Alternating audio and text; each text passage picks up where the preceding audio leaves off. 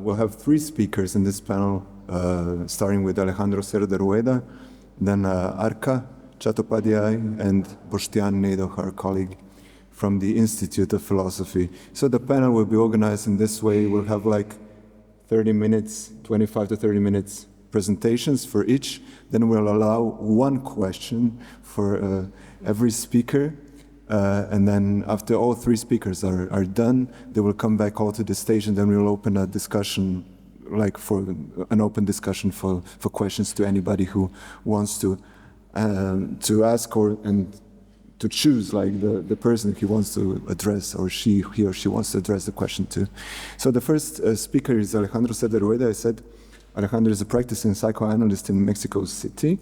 He is a professor at Universidad Iberoamericana and senior editor for Paradiso Editores, right? Yeah. In 2016, he published an edited volume, Sex and Nothing, Bridges from Psychoanalysis to Philosophy, which is like very good topic. And I think Alejandro is right now preparing or has finished the book on metapsychology. Am I correct? It's on its way. Yeah, it's on its way. So both are like the continuation of this topic. So please, Alejandro.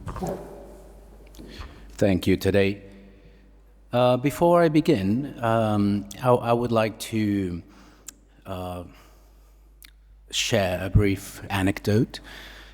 Just came to figure out that it has been 12 years since I defended my thesis, precisely here in Ljubljana, and I couldn't help recalling the feeling that I had that morning. I couldn't sleep the night before. I couldn't eat. I was nervous, sweaty hands, because I was defending my thesis in front of 3 Slovenian scholars, 3 colleagues, and I was very, very nervous, very overwhelmed. 12 years later, I find myself in a similar situation, speaking to a Slovenian audience, not being able to sleep the night before, feeling nervous, sweaty hands, and feeling overwhelmed. So I feel that every time I come to Ljubljana, there's this sort of feeling that I'm trapped in a repetition. But at the same time, there is this feeling of gratitude. Thank you, Lorenzo and today, for this kind invitation. It's an honor to be here and to share this paper with you. The topic of my paper, it's posed around some questions that deal with a topic that I am currently and I have not been able to overcome, which is basically metapsychology, especially given the fact that I'm a practicing psychoanalyst, so I constantly ask myself, what is it exactly that I'm doing there? Not only in a practical sense, but in a theoretical sense. So I'm going to start with posing the first sort of question. Whatever happened, well, the title of my presentation is No Future. Is Freudian metapsychology indispensable for psychoanalysis to continue? So my first question would be, whatever happened to Freud's metapsychology? It is fair to say that Freud kept an ambivalent relationship to metapsychology all throughout his work, the which metapsychology, a true problem child of his. In a letter sent to Lou Andrea Salome on April 2nd, 1919, Freud addresses the following, quote, "What has happened to me, metapsychology? In the first place, it has not yet been written. The systematic working through of material is not possible for me. The fragmentary nature of my experiences and the sporadic character of my insights do not permit it. But if I still have 10 years to live and remain capable of work in this period, do not die of starvation or meet a violent end, nor am I too severely afflicted by the misery of my family or of the world around me, a bit too much to ask, then I promise to make further contributions to it." End of quote. So it's quite a positive thinker, Mr. Freud here. However, what I ask is, what exactly happened between this date of the letter and the 10 years after? So let's just see. On July 3rd, 1919, his former colleague Victor Tausk committed suicide. Furthermore, the Spanish influenza epidemic which killed nearly 50 people globally in a span of 3 years, 1918-1920, and unfortunately, his second to youngest daughter, Sophie, died in 1920 due to the influenza epidemic, and later, in 1923, her second son and Freud's grandson, Heinz Halberstadt, or Heinelle, died of tuberculosis. In February 1923, Freud was diagnosed with oral leukoplakia, a benign growth associated with heavy smoking, which later would turn into cancer. In Italy, for example, during the March on Rome led by Benito Mussolini in 1922, the Nationally Fascist Party ascended to power turning the Duce into another unfortunate figure of upcoming dictatorships. On Tuesday, October 29, 1929, the Wall Street stock market crashed in what would be known as the commencement of the Great Depression in the United States. And so it goes. So perhaps Freud wasn't really off the mark. Personally and globally, things were turning grim. Therefore, it comes as no surprise that he would sign off his letter to Lou Andrea Salomé, indicating an upcoming novelty beyond the pleasure principle. Still, did Freud come around in completing his model of the mind enclosed in what he coined back in 1898 under the name of metapsychology? The short answer is no. However, it would be best to describe this ongoing process of his theory of the unconscious that can be summarized perhaps in 4 or 5 distinct periods of his work. First one, the proto-metapsychology period, stemming from the Letters to Fliess and the unpublished Project for Scientific Psychology, up to the publication of The Interpretation of Dreams. Second period, the preliminary metapsychology period, where the first official use of the term metapsychology appears in the Psychopathology of Everyday Life, the exquisite article Formulations on the Two Principles of Mental Functioning, all the way up to what I would argue and should be considered a metapsychological text beyond its anthropological aspirations, Totem and Taboo.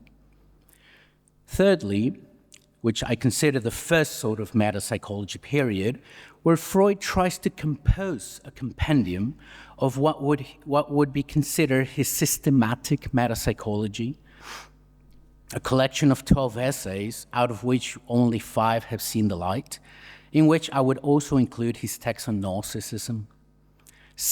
Fourth, the second metapsychology period, where beyond the pleasure principle, group psychology and the analysis of the ego and the id take the front spot, but also his re-evaluations concerning anxiety deserve praise.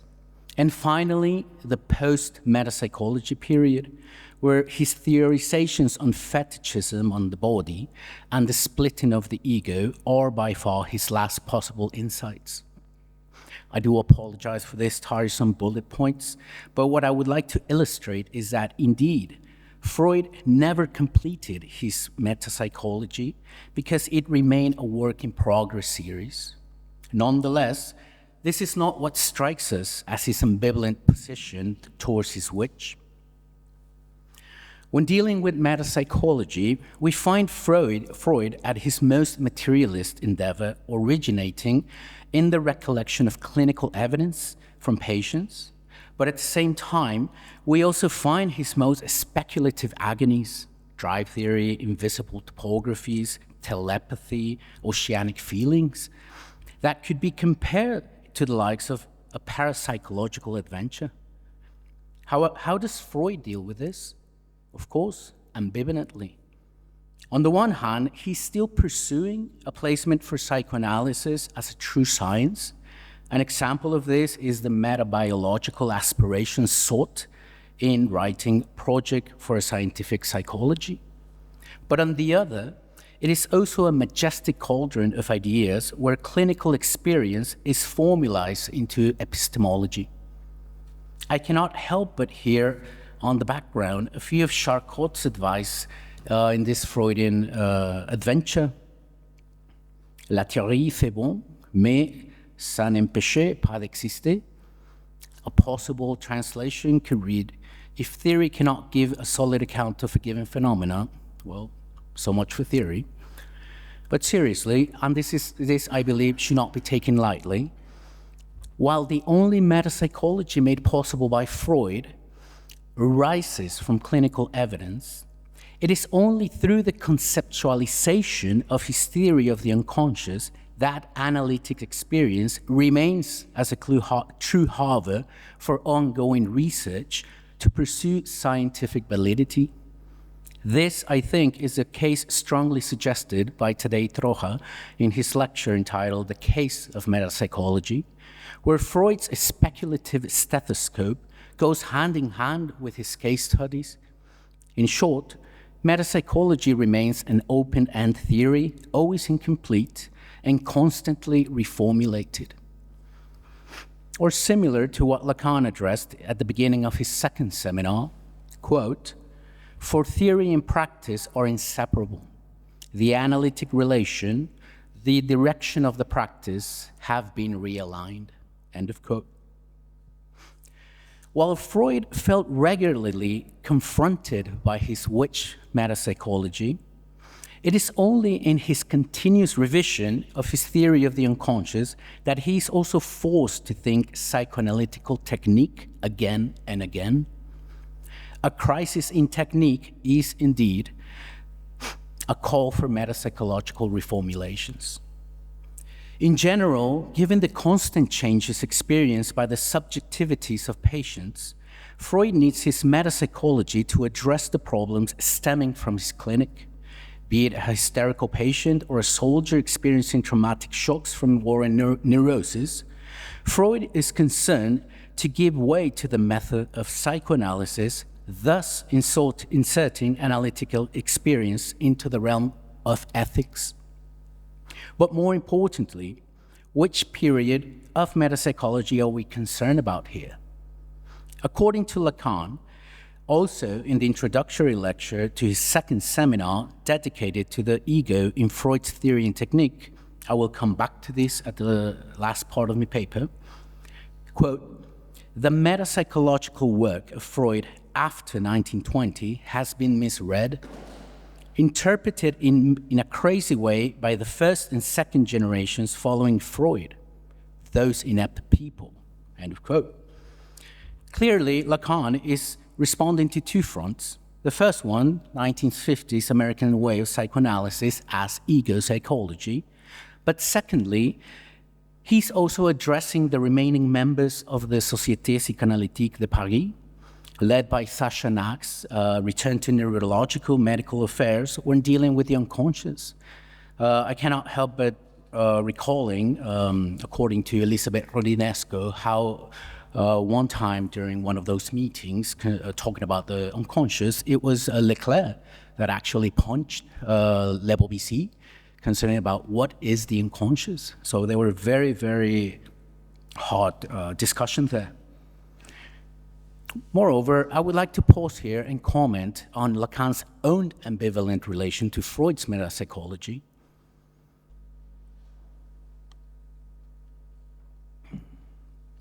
Curiously enough, Lacan never mentioned a return to metapsychology in his early lectures, but rather he felt more confident in proposing a return to Freud, as he established so well in 1951. Why is this so? Although Lacan, in fact, was one of the first psychoanalysts to study Freud's unpublished records, such as the Letters to Fleece and specifically Project for a Scientific Psychology, all made public in 1950 by Anna Freud, he always felt that Freud's metapsychology tilted a bit too much towards energetics. Thus, Freud's constant high esteem to Gustav Fechner's psychophysics. Instead, Lacan did what he felt most convenient, and instead of pursuing a path that led to an almost hydraulic depiction of the psychical apparatus, he turns towards linguistics, structural anthropology, and, of course, Hegel. The subtle modification, or perhaps it is best to say reinterpretation, can only bear witness as a reinvention of Freud's true metapsychological project amidst the bastardized usage of the latter, up to a point where it was even nullified according to ego psychology formulations or object relation theory. By the 1950s, Freudian metapsychology seemed obsolete and almost outdated. However, it was Lacan who recalls, at the end of this first lecture, that Beyond the Pleasure Principle is a pivotal work not only to understand Freudian metapsychology, but above all, the ego itself. According to Richard Boothby, metapsychology was Freud's answer to metaphysics. Notwithstanding, it is something more than just the psychology of the unconscious or a theory beyond theory. It is Freud's own Mephistopheles luring him to give account through conceptualizations of clinical phenomena of what occurred during analytical experience. In a certain way, we can even assert that metapsychology was Freud's own discontent, a mysterious force that constantly shifted Freud's ideas between method and speculation. If to produce a concept such as the death drive is to make metapsychology work, then how does this give account to what Freud considered indispensable in his theory and practice? So the next question that I pose is, what is indispensable in psychoanalysis? What do I consider indispensable in psychoanalysis? In order to avoid the philosophical debate in defining what is necessary and contingent in psychoanalysis, I would like to propose a different road. What is indispensable in psychoanalysis?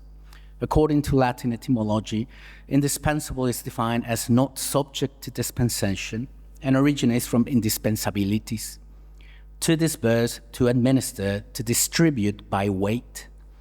It is only during the 1690s that the term became equivalent to necessary. What I would like to point out is something that Freud hints at in his 1915 paper, The Unconscious, the indispensability of energetics.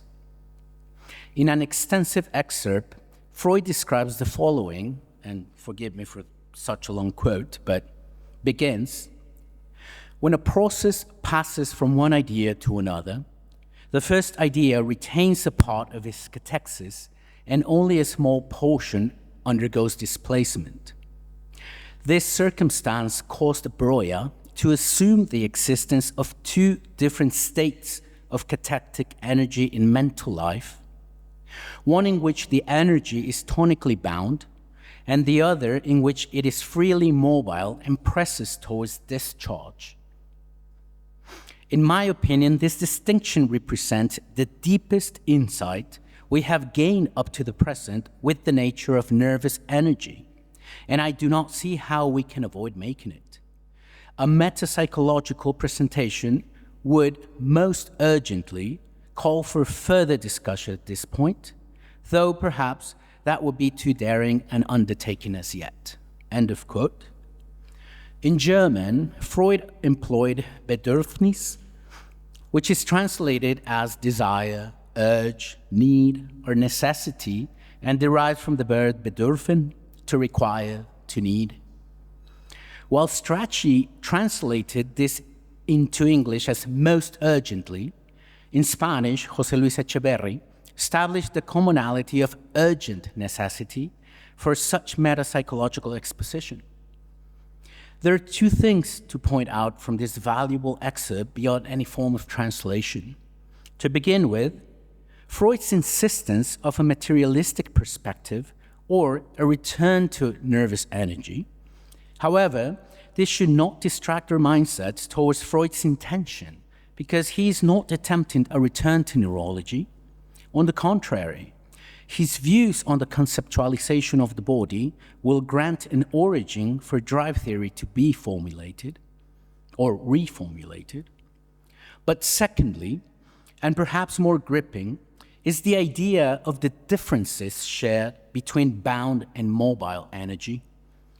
This can best be exemplified in Freud's notion between two principles already theorized in Project for a Scientific Psychology.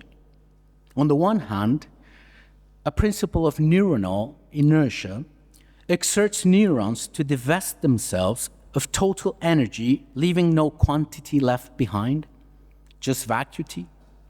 But on the other hand, a principle of constancy is hypothesized, whose tendency is the discharge of as much energy possible by leaving a minimum amount of tension within the organism.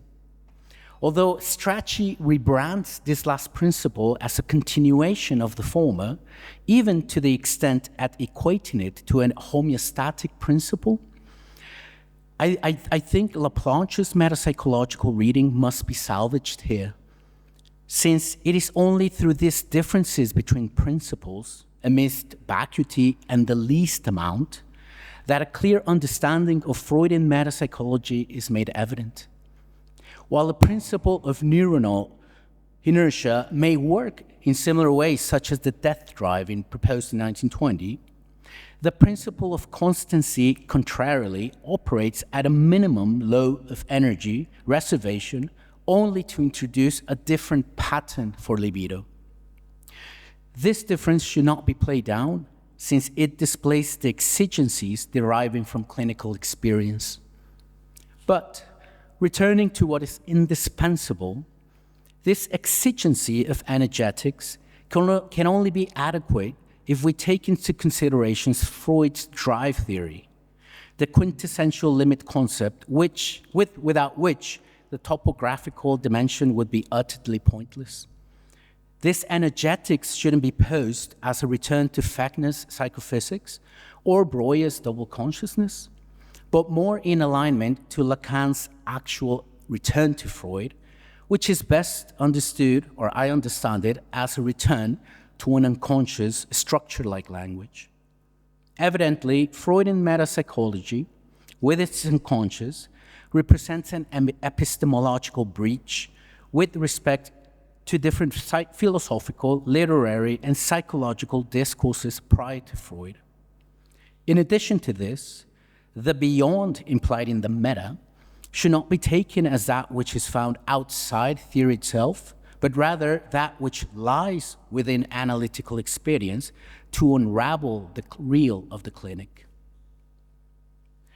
So why not just call Freudian metapsychology by the name of another philosophy, or even as an outstanding psychology of the unconscious, or even better yet, why not take the route within the domains of anti-philosophy, as Badiou would propose? In this sense, I can only express that I am still a fervent advocate in accepting the incomplete nature of Freud's mission, a theoretical edifice of which I believe we haven't as yet begun to truly grasp its full scope. In 1910, Freud delivered his paper, The Prospects of Psychoanalytical Therapy, in front of an audience gathered at the Second International Psychoanalytical Congress in Nuremberg. In one of his boldest claims, Freud stated the following: that a therapeutic procedure cannot be performed in the same way as a theoretical investigation, thus end of quote, thus granting an upper hand to clinical evidence over theory. What is important to understand in this declaration is that during his speech, Freud introduced new technical concepts such as counter-transference, but also he enunciated a hint at therapeutic authority and other subjects as key elements for psychoanalysis to work properly. What is most interesting in that is that this therapeutic authority, although directed towards the scientific community, is also an element that many first or second generation psychoanalysts took as the bona fide clinical figure, forgetting almost completely that during his inaugural speech, Freud also delivers indications towards the use of metapsychology, a project he would begin elaborating in the coming years. This is a crucial moment for psychoanalysis because Freud's technical essays and his first metapsychology period were written almost simultaneously, conjointly. However, the former seems to have taken the advantage over the latter. It is as if the crowd apparently heard something else, less theory and more technique. And this is a current debate that I have with a lot of colleagues, especially in IPA institutions where I teach at, where there's this demand of more technique and theory sort of gets placed on the side, and I don't in favor that sort of training. I believe that we need more theory and technique. Sometimes technique can work as a superego for the analyst, but that's something later to discuss. To borrow a brief example of how metapsychology makes us work, I would like to direct our attention towards Alenka Supancic's The Shortest Shadow, specifically the first part, which she names Nietzsche, the metapsychologist. In her philosophical reading, which takes Nietzsche away from the realm of pure psychology and positions him as a true metapsychologist, Supancic discusses the importance of the ascetic ideal in our contemporary context. While Nietzsche describes the ascetic ideal, quote, not so much a negation of worldly life and its pleasures as their transformation into duty, end of quote, the key element at hand is precisely its relation to enjoyment or a supposed renouncement to enjoyment.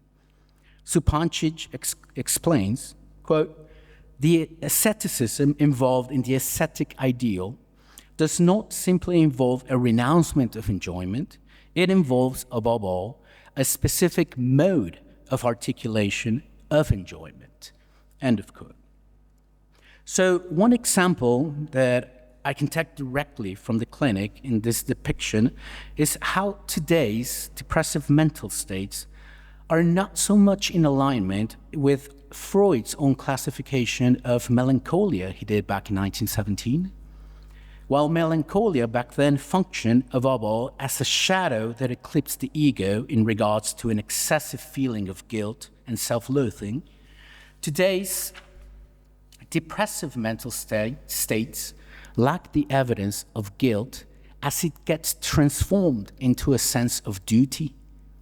For example, at the preliminary interviews, a 30-something male patient showed me a list where he had written different objectives in order to become a better man. For example, hugging his children 3 times a day. Not 2, not 4, just 3. Having sex with his wife 4 to 5 times a week. Closing 1 or 2 deals at the firm he worked at. Going to the supermarket to buy organic food. All to the extent, according to him, to perform at his best. When I asked him what would happen if he did not achieve one of his weekly goals, he responded, I feel the need to chastise myself by not eating protein for a whole week, or fasting as a form of getting myself together. Evidently, while beginning with such a list of duties, it's already a demand in itself, turning to worse when it comes to gratification, because we're never going to get there. The relation between duty and enjoyment cannot be overlooked here. When I kindly asked him that if we were to begin an analysis, it would be best to get rid of such lists, he turned to me in surprise and said, but what if I get depressed? Well, perhaps that could be a new list of objectives, how to cope and transform certain valleys of depressive states away from regular self-enjoyment. By this example, I do not intend to undermine the disheartening effects of diagnoses such as chronic depression, but rather I just want to point out that in today's feel-good society, this pursuit of happiness may have just been turned into a new form for a quiet depression.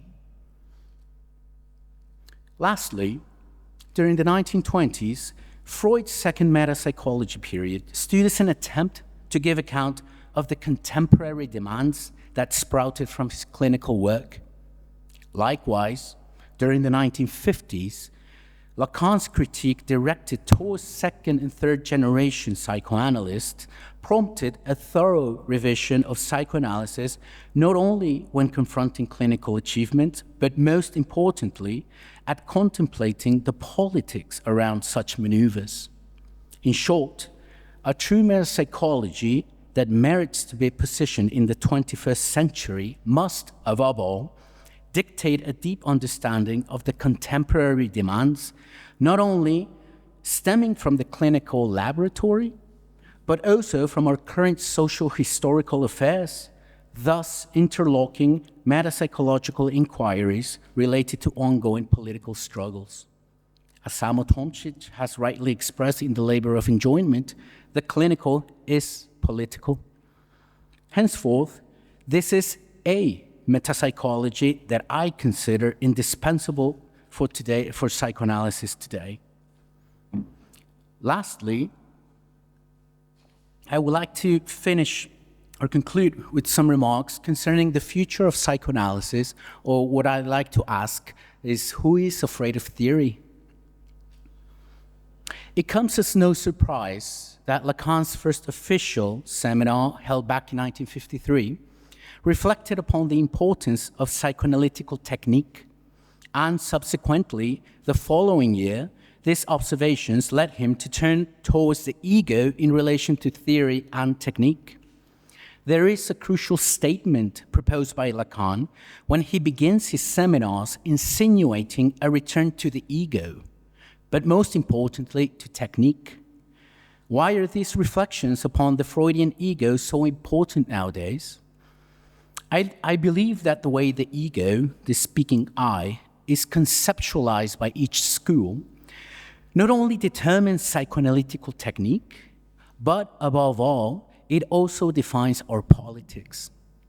For example, from an ego psychology standpoint, this notion, highly refuted by Lacan, of an autonomous ego can only stem from a socio-historical background where capitalism emphasizes the growth of potentialities and autonomy. In short, the subject is proprietor to their own destiny. On the other hand, from a Lacanian tradition, the difference between moi and je, or the imaginary and symbolic, gives account of what is expected in a Lacanian realpolitik. So, what does this tell us from a metapsychological standpoint? According to section 14, entitled Introduction of the Ego of the Project of Scientific Psychology, the Freudian ego is mainly a body of differences and inhibitions. This is something that Derrida understood quite well in his reading of Freudian metapsychology. He did get a lot of other things right, but I like the way he addresses this idea in his text. But here's a brief entry made by Freud in 1895. He says, "If an ego exists, it must inhibit psychical primary processes. Inhibition of this kind is, however, a decided advantage to the system of catectic neurons," end of quote. The inhibitory process shouldn't be seen as extensive to repression, but on the contrary, it is a facilitator to the former. Such inhibitions established by side catexis are, in fact, the proceedings of inimitable and non-repeatable experiences. Therefore, in alignment to Lalin Delar's paper of Drives and Culture, whose reading of drive theory compels us to think the Freudian drive not as one, not as many, I would like to think of the following claim. The Freudian subject is neither one nor many. It is a problem to be analyzed between identification and narcissism. The wholeness of the narcissistic unit versus the multiple personality of composite identifications makes me think of a figure neither whole nor multiple. It is rather the split between both. The spaces shared between side catexis. Thus, the tension originating between the powers of narcissism and the various object parts within the subject may be a way at understanding today's proceedings of analytical intervention, neither one nor many, but merely split.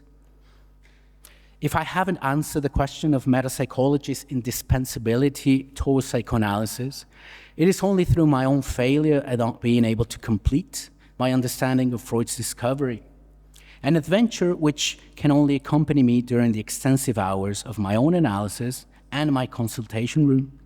However, I will be more than convinced if the slightest comprehension arising from clinical practice interlocked with theory allows me to affirm the following with much pun intended. Metapsychology does matter. Thank you.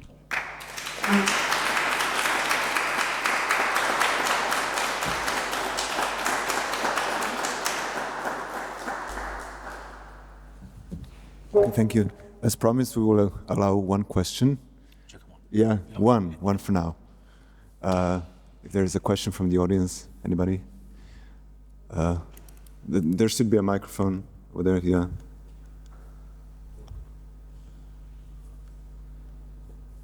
Okay, then I'll ask the question. Oh, please, yeah. In the very last moment. Thank you very much. Thank you very much for a very insightful talk. This might be an aside, perhaps, and with regard to the main thrust of your argument. But I was very taken by this distinction you draw between depressions a century apart. One that was in Freud's experience primarily driven by guilt, and then the very vivid example of I called him List Man. The question, I suppose, is if you could clarify the distinction between guilt and duty in the way that it's found here, because that was somewhat unclear to me. And yes, that's the question with regards to that example. Yes. Yeah. Thank you very much for that comment. I go back to this text of Mourning and Melancholia because sometimes I feel that we take a lot of Freud's maxims as given, and this quintessential definition of melancholia, the shadow of the object, eclipsing the ego, and things like that. And from what I see is that indeed, at least in the current clinical perspective, what I see is that this guilt, this sort of apparent guilt that it's very evident in melancholia, this self-reproach, this agonies upon the ego, from what I hear in clinical patients is that it's not evident, it's not as present, it's not as affirmative in that sense. But what I do hear a lot is this sense of duty, this sense of I need to do this. For example, the example that I did, that I quoted, was this sense of duty that they have to do this and this and this, everything to avoid depression. And this is something that I keep coming back to.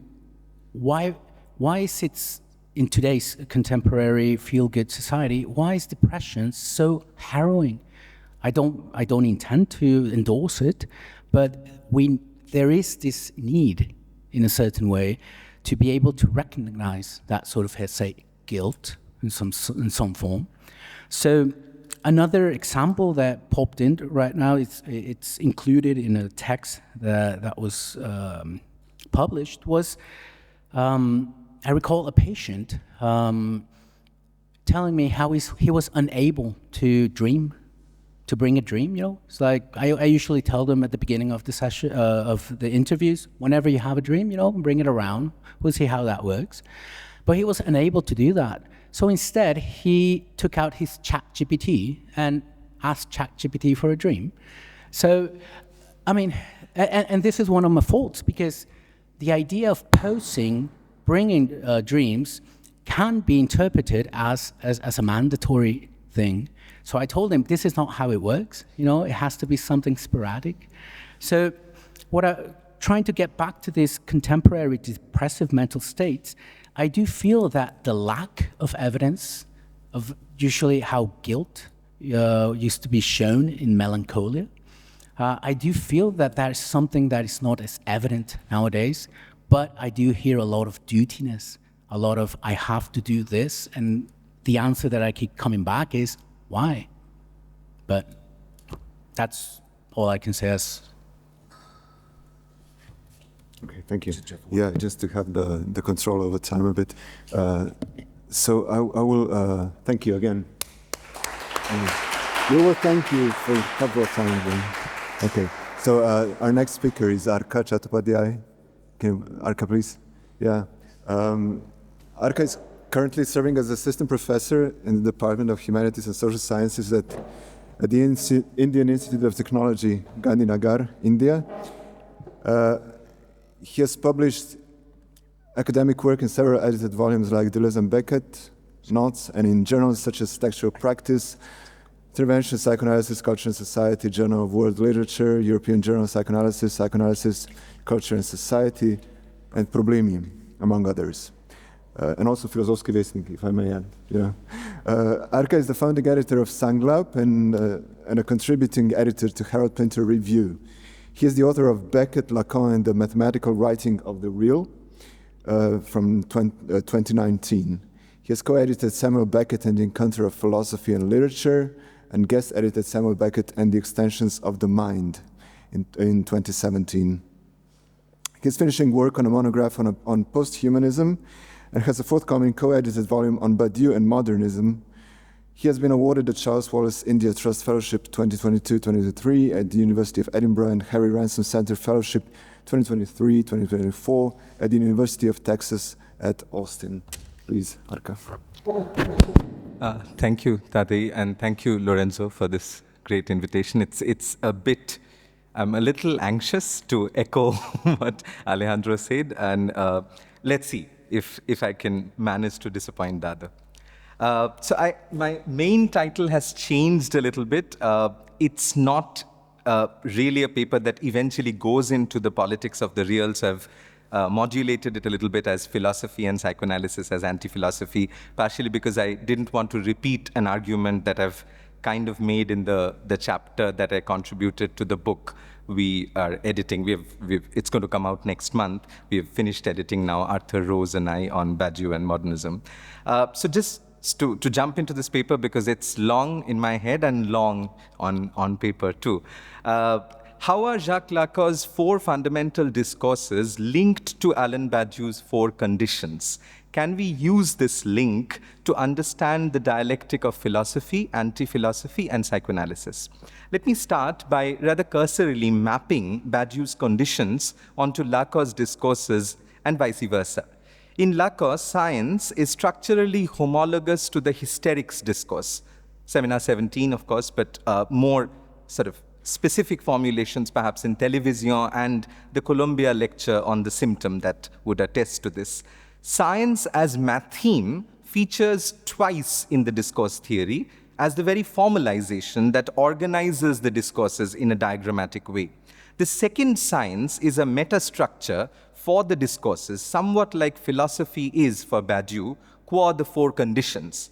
But a fuller discussion of this complexity is beyond our current scope, unfortunately. To proceed, for Lacan, I'm quoting from Seminar 20, love is the sign that one is changing discourses, insofar as something of the analytic discourse emerges with each quarter turn. Politics is shared by all 4 discourses and the +1 capitalist discourse. Placing art in Lacan's discourses can only be more speculative. It does feature in a way in Seminar 18, I would argue, when he wonders if avant-garde literature, moving towards what he calls littérature, could be a discourse that is not founded on semblance. At the least, it implies that art and literature is situated as a discourse in Lacan, but not as one of the 4 fundamental discourses. To map now from Badiou's end, the analyst's discourse is the site where the event of love supplements sexual non-relation. The hysterics discourse, insofar as it enacts transgression qua law, may operate in all 4 of his conditions, but most significantly in politics, of course. The university discourse may work in tandem with one kind of science, but not necessarily align with ontology as mathematics. The university discourse may also work vis-a-vis politics, as it wants to produce a barred subject of knowledge. The master's discourse is yet another place where Badiou's politics as condition can be located. Art or the aesthetic regime may operate in the analyst's discourse insofar as the phantom, as clinical construction, has an artistry to it. I'm remembering Lacan's pun on ardor, a practice of speech, as he calls it, to situate psychoanalysis as a kind of artistic practice of speech. This is in Seminar 23. Though there's no one-on-one correspondence, as we can see, in this prologue, the point was to somehow, simplistically perhaps, map Badiou's conditions with, and mutually map Badiou's and Lacan's conditions and discourses, if I may put it like that. Just to go a little bit deeper into it, and I'm sorry about so many passages that I really do not have the time to read, so I have them up here, and I'll indicate when we read a particular passage, or when I have you read it, rather. For Lacan, masters and hysterics discourses underline the two central paradigms of politics, domination and agency. For the Lacan of Seminar 17, law uncoupled from justice is the dominant in the master's discourse. As opposed to this domination of law without justice, in the hysterics discourse, the dominant is the symptom. It is through the symptom that the hysteric interrogates the law. In fact, Lacan goes so far as to say the law is being called into question as a symptom, quote unquote, from Seminar 17. Law itself is thus exposed as a symptom. The hysteric resists. But what makes the hysterics agency, as we know, a little bit ironic is their desire to have a master, nevertheless, or to replace one master with another. Lacan goes so far as to speculate if the master was historically invented to respond to the hysteric's desire. This doesn't mean that the hysteric is a slave, and this is the first passage. The important point being, she wants a master she can reign over, she reigns, and he does not govern. The hysteric is not a slave. Let's note that for Lacan, psychoanalytic discourse obliges the subject to pass through the hysterics discourse as part and parcel of its process. I quote Lacan again from Seminar 17, "It is what the psychoanalyst's discourse takes shape with." Does the collaboration between the psychoanalysts and the hysterics discourse redeem the hysterics agency from wanting another master? To return to the discourse of the master, Lacan formulates that, I quote again, "the truth of the master's discourse is masked," unquote. This occluded truth is the master's own divided subjectivity that the slave eventually delivers to the master. The master's ignorance has a link with jouissance. Master's discourse produces surplus jouissance, i.e. a false jouissance, as a correlate of the capitalist production of surplus value. But when it comes to the real of jouissance, the discourse prohibits it. Again, I quote Lacan from the same seminar.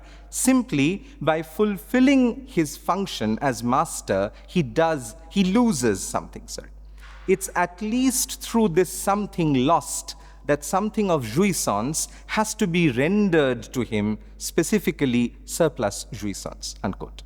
The surplus jouissance is a loss, and it deepens the way the master's discourse prohibits jouissance. I quote again, "The barrier which we are within reach of naming at the level of the master's discourse is jouissance." Quite simply, insofar as it is prohibited fundamentally, unquote. Unlike the hysterics discourse that transgresses the law, which structures the master's discourse, the latter simply blocks the real of jouissance with surplus jouissance. This blocking of jouissance becomes more problematic in the torsion, the matheme being torsioned in a sense, the torsion from the master's discourse that produces the plus one of Lacan's four discourses, i.e. the capitalist discourse. This discourse fails to produce a social link and only remains a pseudo-discourse, as it has been shown quite brilliantly by Samo Tomzic. I'm not going to quote from the Capitalist Unconscious, but I have that point in mind where he argues about the foreclosure of jouissance, but the foreclosure of, I should repeat that. It's a foreclosure of castration, in the capitalist discourse, but that does not imply that jouissance becomes accessible. In fact, as Tomzich argues, foreclosure radicalizes the deadlock of jouissance and turns the superego into a kind of an endless demand for jouissance, encore.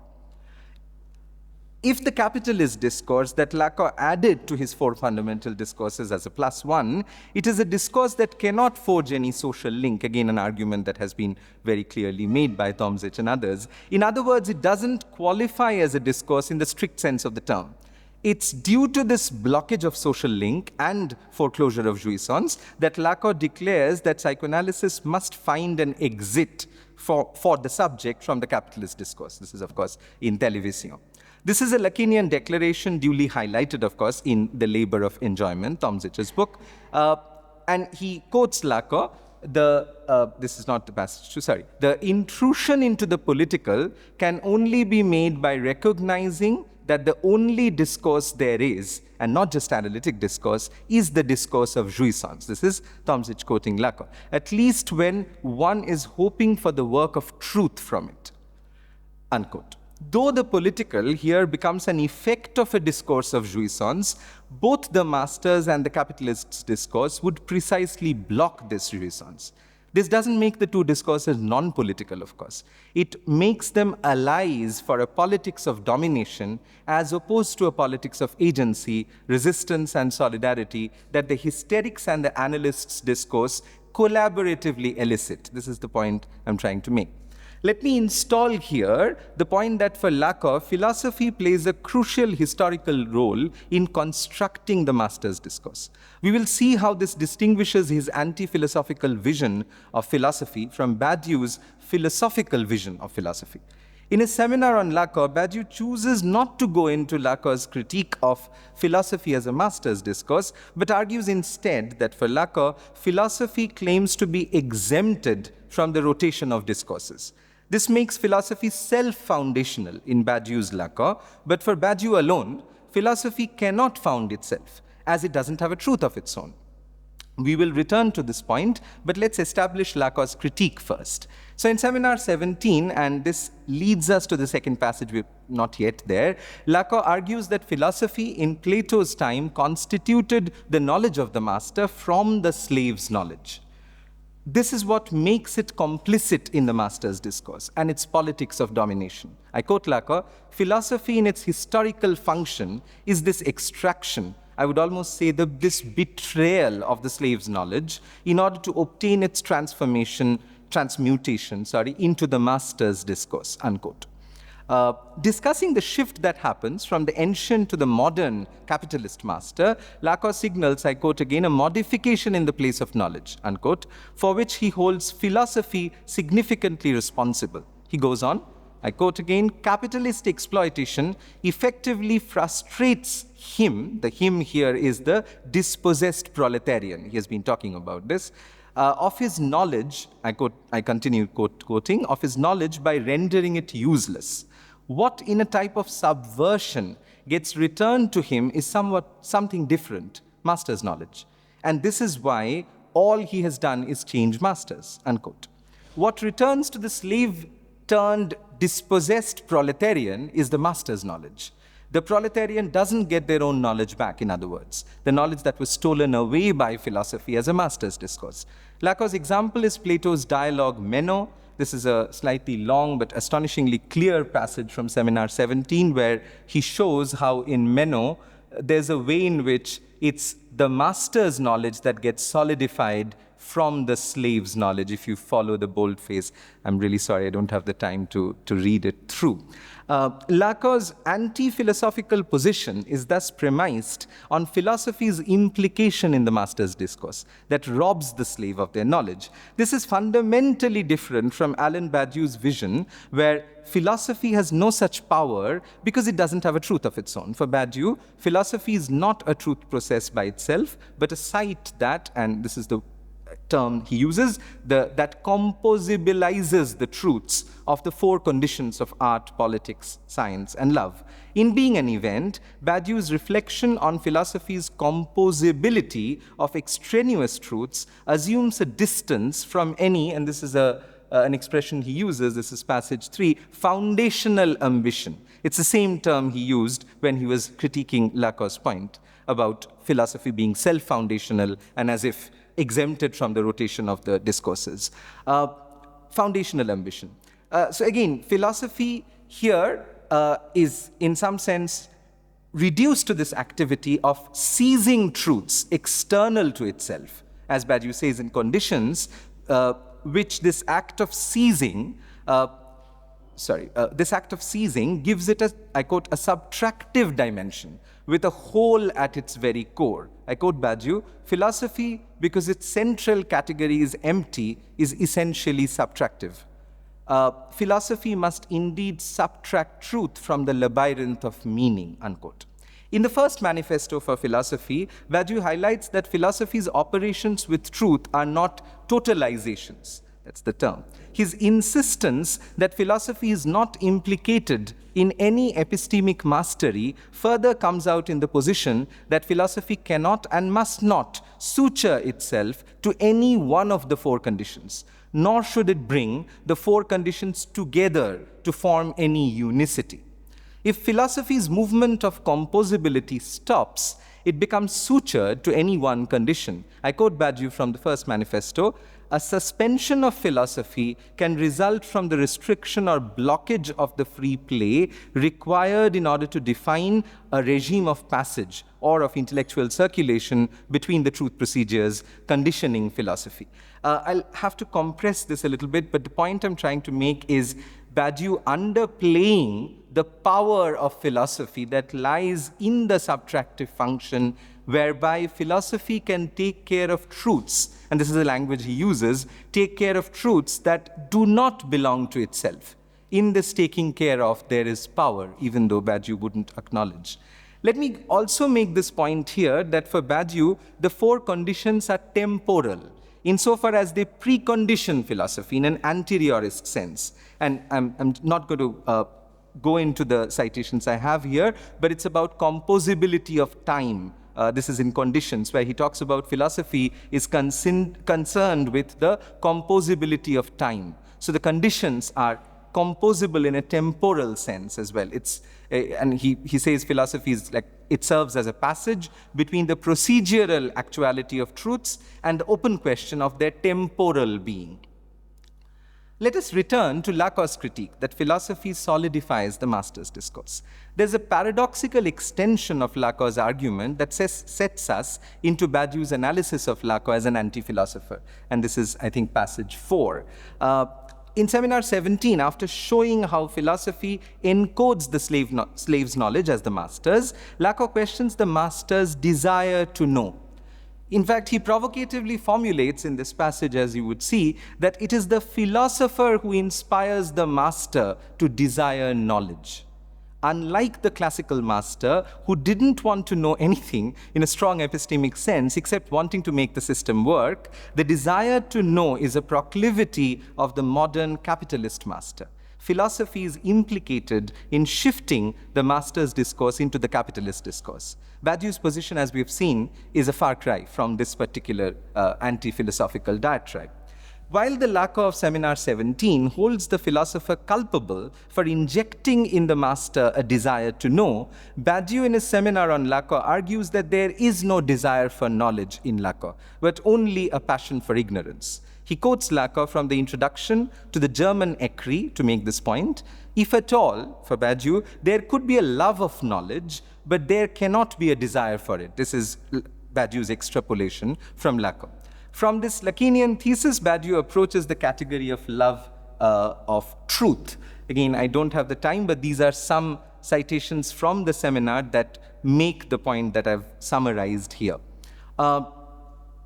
Badiou connects the love of truth that Lacan admonishes in philosophers to a love of weakness, citing Seminar 17, and goes on to postulate this love as a love of impotence that impedes the analytic act of transforming impotence into impossibility. More on this transformation soon, but again, when we pinpoint Badiou's critique of the lack of thinkability in the psychoanalytic act, and hopefully we'll get there towards the end, Badiou correctly diagnoses Lacan's anti-philosophy as a critique of philosophy's collusion with power. And I quote, "The philosopher purports to love truth as power and not as impotence." Passage 6 is a sort of a closure to this stunning analysis of the Lacanian dialectic in relation to knowledge, power, truth, real, and the entire edifice in that sense. Despite Badiou's point that desire does not address knowledge in Lacan, we must note that in Seminar 17, Lacan uses the expression desire to know several times and in multiple ways. He indicates that science in the university discourse is driven by an endless desire for knowledge, or what he calls an epistemological drive to keep knowing. But Lacan is also swift to point out that this desire for knowledge does not lead to knowledge. This is a critical point. What leads to knowledge, and I quote Lacan, is the hysterics discourse. The hysterics discourse challenges the university discourse of science in this dialectic. And Lacan diagnoses, I quote again, a kinship between the philosophical discourse and the hysterics discourse, since it seems that it is the philosophical discourse that has inspired the master with the desire to know. Again, the same point that he had made earlier.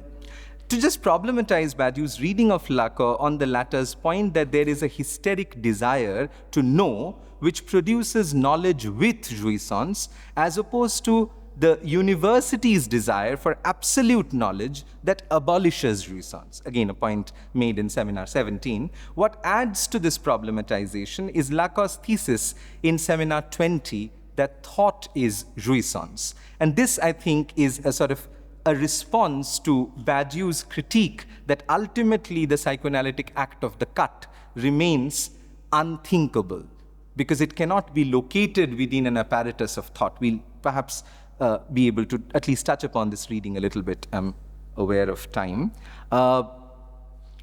Badiou reads Lacan's thesis that the aim of the analytic process is to raise impotence to logical impossibility. And this is a beautiful passage 7, where he defines it as suffering, the wandering of impotence, and how from wandering of impotence we need to wall in the impotence and limit it to a logical impossibility. This is a structural process that Badiou identifies, and yet for him this cannot be taught. For him, the critique is Lacan fails to address Lenin's question, what is to be done, in terms of what is to be thought. And what is thought, of course, for Badiou, as we know, the answer is thought is a conjunction between theory and practice in such a way that theory and practice become indistinguishable from each other. And this is the definition of thought that is kind of consistent in Badiou and in this seminar on Lacan. What emerges here as a pivotal criterion for philosophical thought in Badiou is temporality. To be more precise, periodicity. Lacan, and this is Badiou's argument, Lacan detemporalizes the topological cut of the psychoanalytic act by spatializing it. The absence of any periodical register of time, logical time won't do for Badiou, he makes this point very clearly in the seminar, is the hallmark of Lacan, the anti-philosopher. And if we go to passage 8 here, this is the critique that we cannot temporalize this spatialization. The cut remains contingent to the point of being absolutely chancy, as it were. And this is where it fails to become thought, as it were, for Badiou.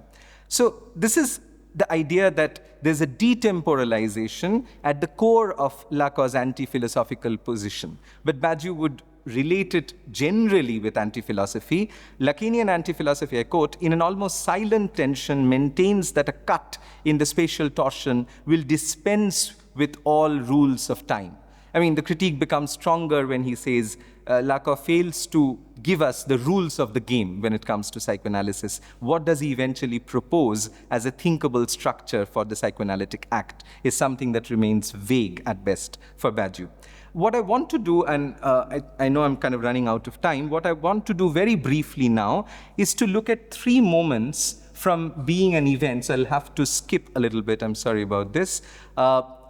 These are the 3 moments from being an event where Badiou, so I'm trying to pose this question now to Badiou's own system. What is time for Badiou? How does Badiou think about time of the event?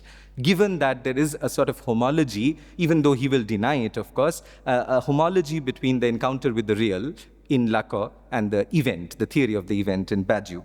So in being an event, if we look at these passages, what becomes very interestingly clear is that the time that Badiou talks about, time as intervention, time as subjective construction from the point of division that the event produces, is not chronological time. It might have a periodicity to it, but it is intensely subjective time. In fact, this is time as fidelity, as he would memorably put it at the end of the third passage, that it's from the division in time that the subject constructs time as intervention, infidelity to the event. So there is, of course, a periodicity to this time of the event in Badiou, but it remains a logical and subjective construction of time as intervention, discipline, that's another term he uses, and fidelity. This organized control of time in the passage is periodical, but it is also, as I said, subjective and logical.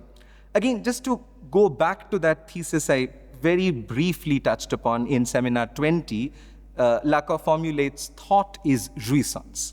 This, I think, is one of the ways of thinking about the philosophy-anti-philosophy question here. What analytic discourse contributes is the following, and it is already hinted at in the philosophy of being. And I'm quoting Lacan here, there is jouissance of being. This is Lacan's response to Badiou's criticism, I will argue. Let me note that here Lacan identifies ontology with philosophy. I quote from Seminar 20, it, and by it he refers to his own discourse, never resorts to any substance, never refers to any being, and breaks with everything smacking of philosophy, unquote. As Lacan says, he doesn't substantialize being. The only being for psychoanalysis is, of course, the speaking being or the par l'être, the unconscious. To splice Alenka Zupančic's postulation here, it is this ontological impasse in psychoanalysis that irks the philosopher in Badiou. To recall Barbara Cazin's reading, which is a very interesting counter-reading, even though it is not meant to be, at least officially or consciously, a counter-reading to Badiou's, to recall Barbara Cazin's reading of Lacan as a sophist, what we have here is a logology, as she would situate, instead of an ontology in Lacan. For the Lacan of Seminar 20, though there is no substantial being as such, there is jouissance of being. Thought is a jouissance of the speaking body. When language strikes and divides the speaking body's being, what we have is jouissance as thought. Philosophy doesn't, or perhaps cannot tackle this thesis of thought as a product of jouissance and not the other way around. Lacan's critique of philosophical thought again becomes apparent. I can only mention these passages from Télévision, from La Troisième, and just that point to kind of cite how Badiou thinks periodicity is the central problem. Lacan doesn't have a notion of periodicity. I'm almost done. I'll just take 3 more minutes. But if it boils down to periodicity, the question I would like to end with, and this is still something I'm thinking through, how do we think about periodicity of time in Lacan? There's one way of thinking about periodicity as repetition, and how compulsive repetition marks a series in Lacan, to mark the unary series through which writing enters the subject, the mark of pure difference, periodizes itself into a series, all the ones all alone. To remember the late Lacanian pun, the series is always serious. What we have to think temporality as a diachronic history of the subject that unfolds across numerous sessions in the clinic. There are signifiers that repeat throughout the duration of an analysis. This is a very specific clinical point, I suppose. And often these recurring signifiers extract the subjective singularity of jouissance to produce a swarm of S1s. If we remember that little diagram in Seminar 20 where S1s swarm up. The signifying chain, of course, has a diachronic order in which it concentrates and combines signifiers to produce temporal periodicity. The aphanesis happens between the signifiers, right? In the intersubjective dimension of logical time, the dialectical pairing of hesitation and haste itself generates a periodicity. Hesitation reappears as haste, and in this lies the periodicity of logical time. And just to quote one little passage from the Logical Time essay, to discern in the temporal modulation, I'm quoting Lacan here, the very function by which each of these moments, the three moments, in its passage to the next is resorbed therein. In this resorption, I would argue, there's a resistance to chronology, or there's a resistance to periodicity, at least in the chronological sense. But let me continue quoting. The last moment, which absorbs them alone remaining, would be to reconstruct their real succession and truly understand their genesis in the logical movement. The point I'm trying to make is there is a way in which the final moment will reconstruct a logic of succession, which goes back to the question of periodicity. Lacan, of course, was thinking about time, as we very well know, in the absolute sort of end point of his career, the final seminars. I won't go into that. One last point would be about retroactivity, and how retroactivity could be seen as a sort of inverse periodicity of sorts. And again, I don't have the time to develop this, but just to quickly conclude, the reason I say that there is a sort of contrast between Badiou's reading and Barbara Cazin's reading is that for Cazin, this idea of kairos is non-spatializable time, which is exactly the opposite of what Badiou is arguing, that there is space at the cost of time in later Lacan. There is no time. He cannot temporalize the cut. It's all spatial. So, and it's also interesting that for Cazin, as she makes this point very clearly, logology is a chronology. The last paragraph and I finish. To conclude, in this talk, I started by mutually mapping out Lacan's discourses in relation to Badiou's conditions and went ahead to discuss Lacan's political critique of philosophy as a master's discourse, juxtaposing it with Badiou's idea of philosophy taking care of extrinsic truth procedures without exercising mastery. From there, I examined Badiou's critique of the psychoanalytic act of the cut as a detemporalization that cannot be organized under an apparatus of thinking. As a response to this critique, I installed Lacan's axiom that avows jouissance as thought. This anti-philosophical recasting of thought as a result of the discordant encounter between language and body sums up the dialectic of philosophy and psychoanalysis as anti-philosophy. Badiou's point about the lack of temporal periodicity led me into exploring the time of the event in his own system, which yielded a subjectivist idea of constructing time as intervention and fidelity from the cut of the event. This off-centers his critique that Lacan cannot temporalize the act of the cut. One also needs to ask Badiou why logicizing time as a cut in chronos is made tantamount to detemporalization. Lacan sees the cut in logical time, that is a dialectical intersubjective construction of time, into a retroactive inverse periodicity of hesitation and haste. Despite Badiou's insistence that logical time won't do and a periodical temporality is required, his own idea of time as an inauguration from the interruptive event offers a logical subjectivist and not chronological objectivist temporality. In Cazin, we have the opposite reading of the same temporal question as a division between philosophical ontology and psychoanalytic logology. But unlike Badiou, she sees logology as a chronology, as I said. We ended by looking at a few ways in which periodicity can be considered inversely in Lacan through the swarming seriality of S1s, the retroactive temporality of the unconscious, and the diachronic register of the signifying chain, where the desiring subject fades between signifiers. The movement of critique and counter-critique, oscillating between Lacan and Badiou, is evocative of this tense relation, of course, or non-relation between philosophy and psychoanalysis that we are debating in this conference. This relation boils down to the way ontology as first philosophy encounters the psychoanalytic par lettre as an impasse for ontological being. Thank you. I'm sorry if I overstepped time.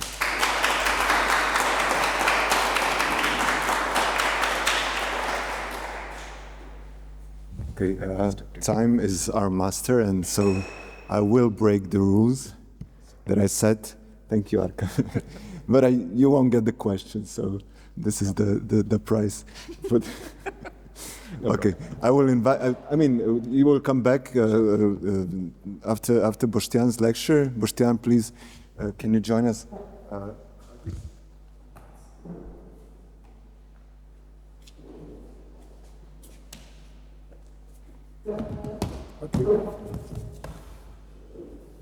Is this one? Whichever you prefer. You can close this if you prefer. Okay, Boštjan Nedoh is a research fellow here at the Institute of Philosophy, ZRC. He works at the intersection between contemporary continental philosophy, psychoanalysis, biopolitics, political theology, and critical economic and social theories. Boštjan has published articles in Problemi, Filozofski Vesnik, that's Slovenian, Law, Culture and the Humanities, Angelaki, Journal for Cultural Research, and Paragraph. He is also a co-editor of the edited volume Lacan and Deleuze, a disjunctive synthesis, and another volume, Objective Fictions, and the author of the book Ontology and Perversion, Deleuze, Agamben, Lacan. His first book in Slovenian was published last year, entitled The Eros of Anxiety. Is it? It is. Yeah, okay. It is. Boštjan, please. Thank you. Thank you today, and thank you, Lorenzo, for organizing this really special event. Thus far, really great interventions, great papers. So I'm looking forward to continue in that manner also in the afternoon and in next couple of days. I took it in some way literally that this is part 2 of the to be continued conference. So basically my paper is part 2 of the paper I gave at the first conference we had here in November. But considering that many of you haven't been here, some kind of reassuming of what I've said, some basic coordinates of what I said in that talk, which was dedicated to the problem of anxiety and ontology in Lacanian psychoanalysis, which I'll try to further complicate here with the introduction of the question of sexual difference and the formula of sexuation.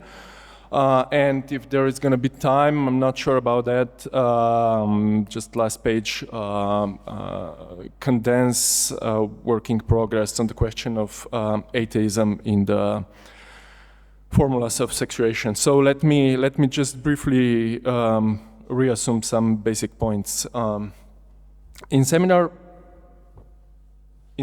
11, at the point of explaining the necessary fall of one signifier, for the emergence of the symbolic order of language, Lacan defines the elements in this operation in a following manner. And I quote, "There is then, one might say, a matter of life and death between unary signifier and the subject, qua binary signifier, cause of his disappearance.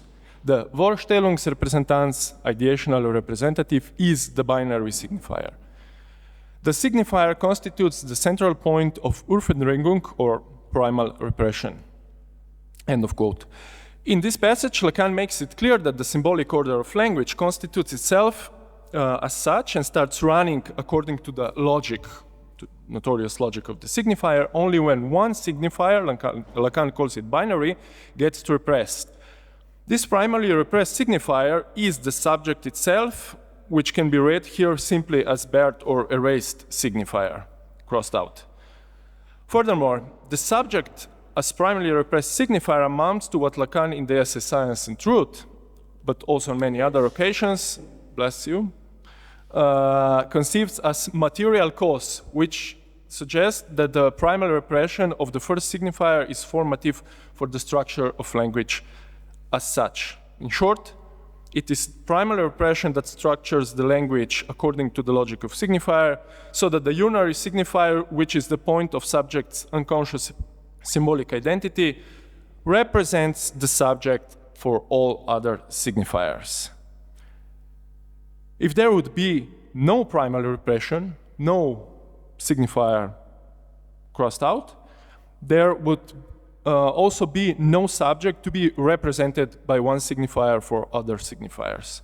The primary outcome of so conceived material cause is that the signifying order starts running across the gap of the ontological negativity, to use Alenka's term, the term introduced by Alenka Zupancic, following producing further effects of metaphor and metonymy.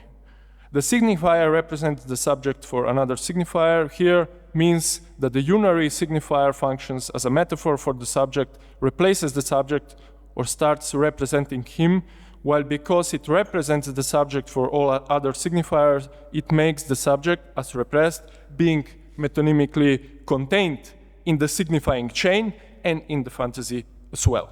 Object A in fantasy is but the metonymy or the desire of the subject as the lack of being of the first signifier.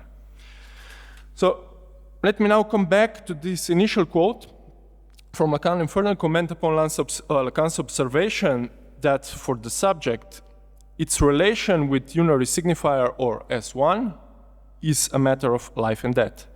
By having recourse to this extreme choice between life and death, Lacan suggests that the subject can live symbolically only to the extent that it vanishes into signifier, which gives him the symbolic place in the universal symbolic order. In short, the signifier provides the subject a source for its recognition or acknowledgement. It replaces the subject for all. It represents the subject for all other signifiers. In turn, the subject faces the risk of symbolic death, as Lacan puts it, in the moment when he finds himself in between two signifiers without any mediation and without any minimally stable coverage of the symbolic order. In short, he faces the risk of symbolic death when he does not succeed to vanish into signifier and hence achieving symbolic identity. It is this punctual moment that will be considered by Lacan as the moment of the subject as real, and further related to the moment of the emergence of anxiety as a point of 0 degree of subjectivity. In this particular punctual moment, the subject not only encounters the real, but is himself already fully subjected to the pressure of the drive. He is, in other words, unseparated from the object of enjoyment, while at the same time he does not find the signifier to symbolize via mechanism of symptom formation this very same pressure and thus relieving anxiety. For anxiety can be relieved or warded off only when the subject gets separated from the object of enjoyment, which from this separation onward starts functioning as the object cause of desire. Losing the object or getting separated, getting rid from it, makes the subject constitute himself as the subject of desire, who is then phantasmatically attached to the lost object. The subject must fall off, neither common, from the organ object of enjoyment in order to enable his constitution as the subject desiring the desire or recognition of the symbolic other. Both the emergence of the signifier as that which starts representing the subject for other signifiers, hence enabling him to be universally acknowledged in the symbolic, and the loss of the object of satisfaction are caused by the same formative operation, the oppression of the one first signifier, which is the subject himself. And as Lacan notes in the above-mentioned passage, this is the cause of subject necessary disappearance or vanishing under the symbolic coverage of signifiers representation. Now, we may already foresee the paradox emerging out of this disposition. If the real is by definition asexual, that is, it is heterogeneous to the symbolic order of differences, the question is then how this disposition of anxiety alters when seen from the perspective of sexual difference. As a matter of fact, Lacan, throughout his Seminar 10, several times positively refers to Søren Kierkegaard's thesis from his concepts of anxiety, according to which, quote-unquote, from Kierkegaard, woman is more anxious than man. As Lacan puts it in the very last session of the Seminar 10, entitled From Object A to the Names of the Father, and quote, in the end, the other, whoever it is, appears in the fantasy as the castrator, the agent of castration. Certainly, the positions are different in man and woman. For woman, the position is more comfortable because what's done is done. This is also what makes for her much more special bond with the desire of the other. Kierkegaard's peculiar remark that woman is more anxious than man is, I believe, profoundly correct. End of quote. At the level of Seminar 10, And as this passage suggests, we can observe how Lacan associates female anxiety with her different relation to castration. For what determines female position within the sexual difference is that she does not have to repress the castration since she is not subjected to it in a way the man is. Importantly, while man's position with respect to anxiety is essentially determined by the constant re-emerging of the phallic autoerotic enjoyment that he constantly needs to repress, in other words, he constantly needs to maintain the separateness from the object in order to make the latter function as the object cause of desire. Woman's anxiety is determined, contrarily, by her unmediated encounter with the desire of the other. In other words, man's position is that of the phantasmatic relation to the object cause of desire, which he misperceives as being situated in the realm of the other. Woman, in turn, does not relate to the lost object cause of desire, but to the symbolic other itself, seeking her a signifier of symbolic acknowledgement. More precisely, desiring the desire of the other, which is the main characteristic of female's anxiety, at the level of seminar 10, implies that the other itself is not fully responsive to the female desire, and it is thus because it is traversed by its own lack, which amounts to the constitutively missing signifier. In short, it is due to the lack of this peculiar signifier that woman cannot achieve full symbolic universal recognition. This is why already on the level of seminar, on this level, Lacan sometimes formalizes this relation as the relation of the other to the other as Bert, so as the A crossed out. Now, importantly, it is against this background, against the background of this consideration of the other as Bert, that Lacan will start revising the location of the lack as such, and relatedly of primary repression, which is but the very same lack. For if up to seminar 11, the primary repression or the lack of the first signifier was directly associated with the subject as Bert signifier, the later seminars, and especially the seminar 20, Lacan relocates therein this lack completely on the side of the other, which will, as we will soon see, acquire an essential role in the articulation of feminine mystic jouissance as jouissance beyond the phallus. The reading I'd like to briefly sketch now, it is that it was against this background of woman being more anxious than men that Lacan reformulated the question of sexual difference, which culminated in the so-called formulae of sexuation in his seminar 20. While this formulae enables us also to retrospectively reconsider his commentaries concerning anxiety from the seminar 10. Let's just check time. So let me begin to highlight the fact that was already well documented and widely discussed. What in early phase Lacan developed around the concept of primary repression and the necessary fall of one signifier, which causes the appearance of the symbolic order of linguistic differences or signifiers, he later formalizes with the axiom of the non-existence of sexual relationship.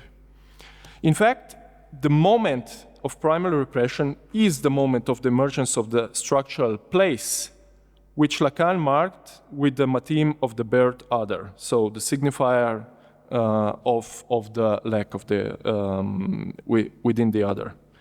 And it was, for example, François Balmet who operated an additional shift in perspective, linking the moment of primary repression with Lacan's axiom of inexistence of sexual relationship.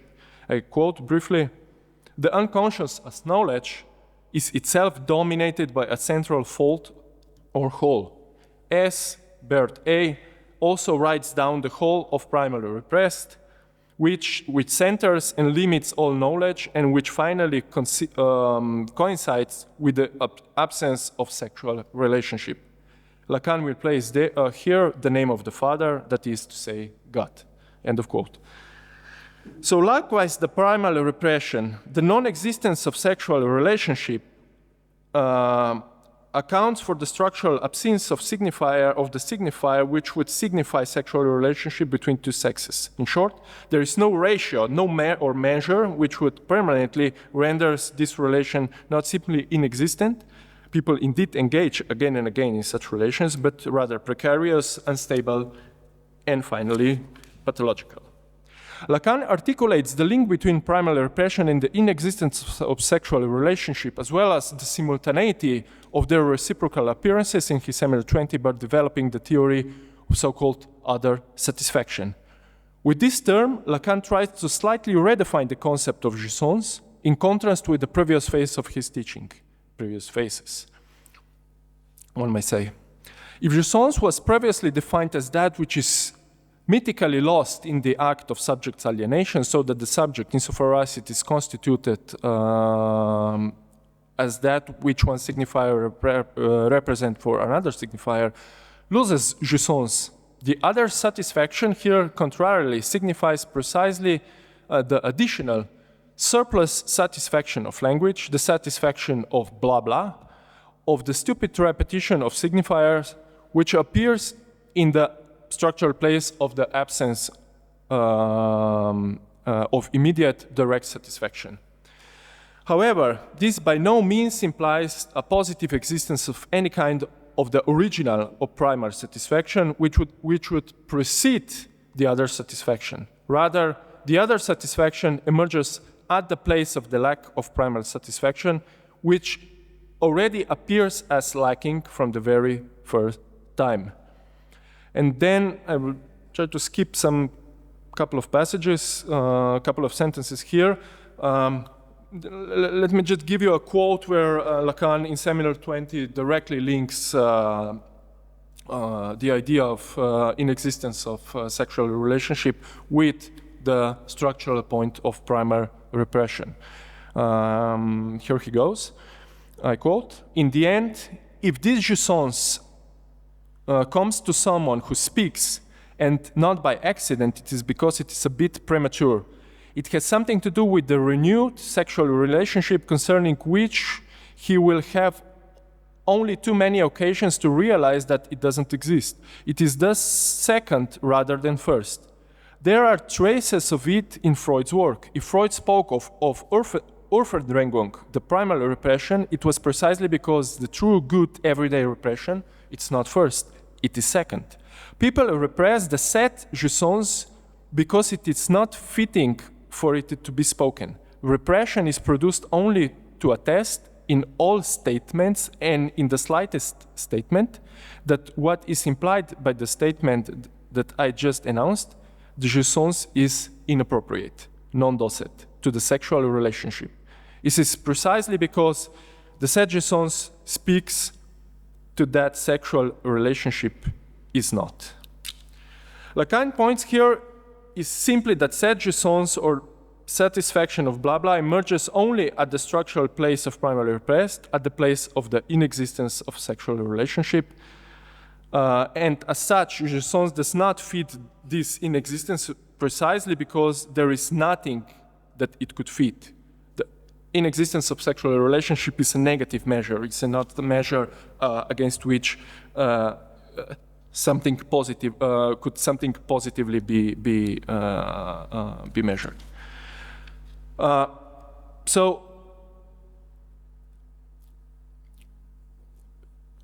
However, the concept of the other satisfaction is a mirror effect of repression of phallic jouissance, and thus implies the basic definition of anxiety which emerges, as I have discussed at length above, at the level of subject in separateness from his encounter, from the object in his encounter with the phallic object or object A. So in order to articulate feminine anxiety at the level of Seminar 20, a closer inspection is now needed to the formulas of secretion, and particularly into the Lacan's idea of mystic jouissance beyond phallus, which, as Lorenzo on many occasions pointed out, that cannot be taught without the reference to castration and therefore to the phallic function itself.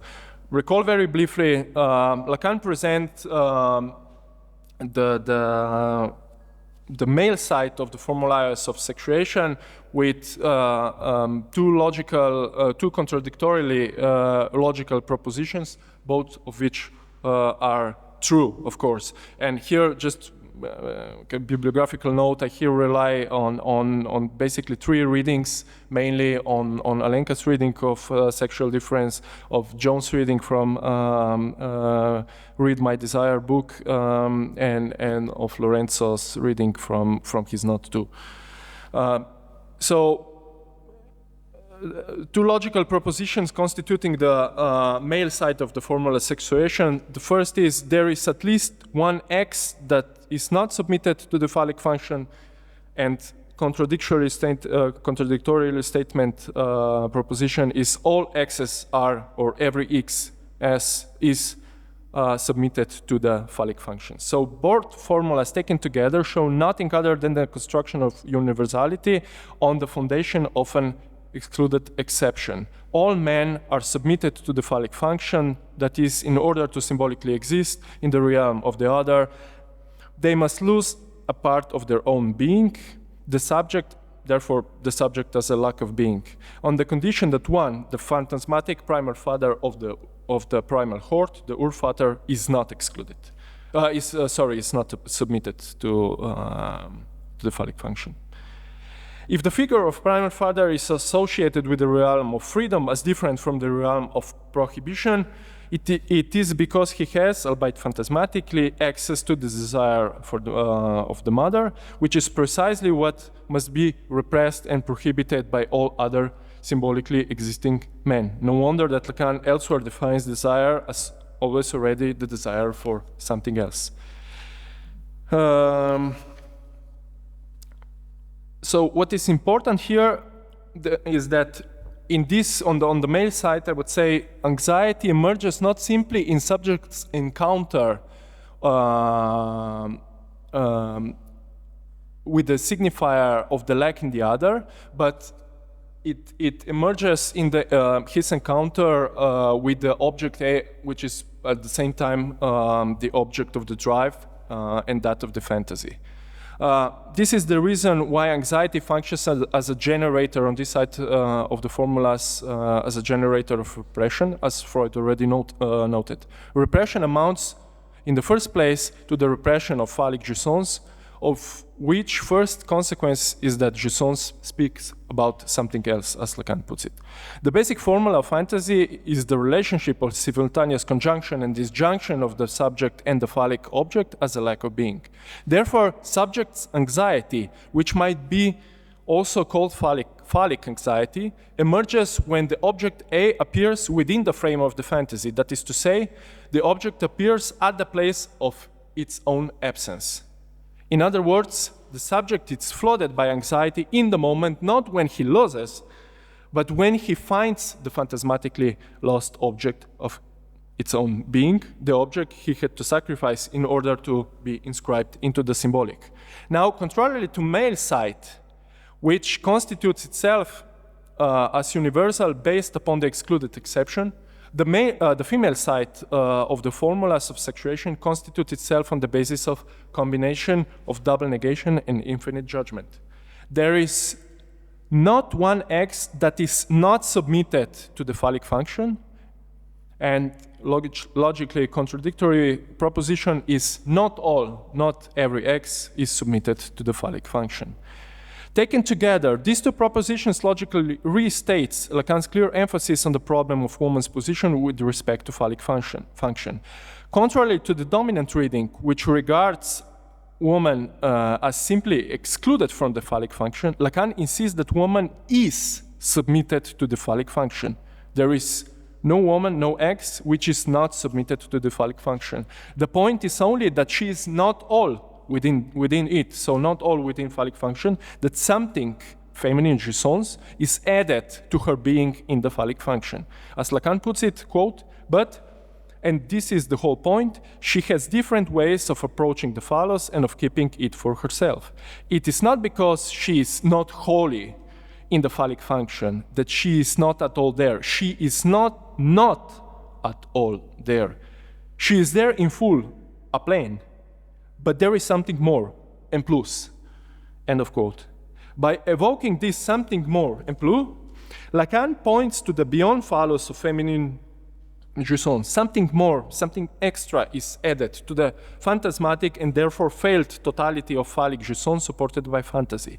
In this respect, the en plus of feminine jouissance clearly indicates the infinity and, as Lorenzo Chiesa noted, non-complete determination that is characteristic of feminine position. Contrary to the male side, which is based upon the exception that allows its symbolic existence in the realm of the other, the female side is determined not only by one, woman's relation to the phallus as a signifier of castration, but also by two, second, her direct relation to the signifiers of the leg in the other, the S brackets S Bert A. And here is a brief quote. Woman, as Bert, is related to the signifier of A insofar as it is Bert. Woman has a relation with SA, and it is already in this respect that she is doubled, that she is not whole there, since she can also have a relation with phi, so with phallus or the signifier of castration. Consequently, this is why woman does not exist as universal, but only exists as singular and can be counted only as singular, as one by one.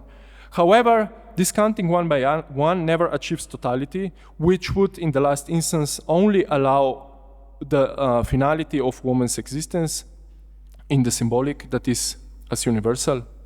In short, Lacan argues that whereas the logic of the male side is the logic of prohibition, the logic of female side is the logic of impossibility or non-totality, non-whole. It is impossible to reach the totality, universality of woman with capital W. We are now in a position to slowly start comprehending the reason why Lacan, following Kierkegaard, assigns to female anxiety higher degree with respect to men's. In fact, what he conceives to be the moment of the emergence of the female anxiety in Seminar 10, in Seminar 10, namely, her direct confrontation not with a partial object, but with the desire of the other, he is in Seminar 20 straightforwardly translated into her mystic jouissance beyond phallus. As Lacan puts it, quote, by S.A., S. Baird A., I designate nothing other than woman's jouissance, end of quote. Importantly, and contrarily to both prohibited phallic jouissance and the jouissance of other satisfaction, which is the surplus enjoyment emerging at the places of the inexistence of sexual relationship, woman's mystic enjoyment is not set enjoyment, but can only be experienced somatically. This is crucial emphasis, namely, the fact that not all woman implies a supplement which is neither nameable nor countable. Lacan's own examples of mystic jouissance, from Bernini's statue of Saint Teresa in Rome to Hedgerit Danvers, show ecstatic jouissance which indicates the direct relation to God, jouissance of which mystics can only say that they, quote unquote, experienced it but know nothing about it. Just a couple of, last two paragraphs. This formulation alone, which constitutes Lacan's basic definition of mystic jouissance, indicates that this jouissance of the body should be located at the edge of language, and therefore cannot be taught without language or castration. This means it is not supported by object A as the object of surplus jouissance, whose means is knowledge, and which is, like surplus value, speakable and countable.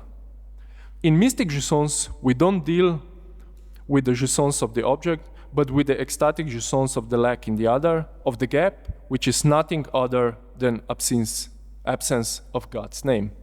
Therefore, to conclude,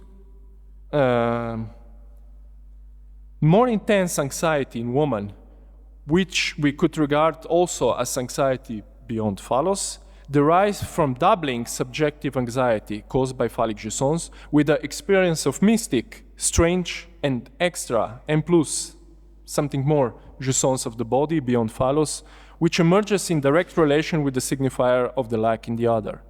And it is not mediated by the object A, which constitutes the core of man's subjective anxiety. In other words, woman's anxiety caused by the experience of mystic jouissance is quite literally added to her subjective anxiety of phallic jouissance. Woman's anxiety here actually equates what Lacan in Semi-Artene calls the anxiety of the other. Insofar as in analysis, the other is precisely woman with capital W. So if woman's anxiety is the consequence of mystic jouissance beyond phallus, which is supported by the direct relation with the lack in the other, then we could say that woman's anxiety is quite simply the effect of the inexistence of the big other. Woman as the other does not exist, she exists only as singular, which means she does not have the proper name with symbolic and which would guarantee her universality.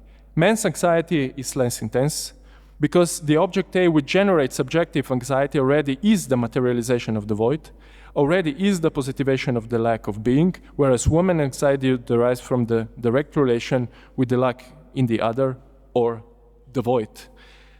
And I leave it here, completely skip last couple of paragraphs dedicated to the question of atheism within the formulas of segregation, which might be left for the Q&A session. So thank you so much.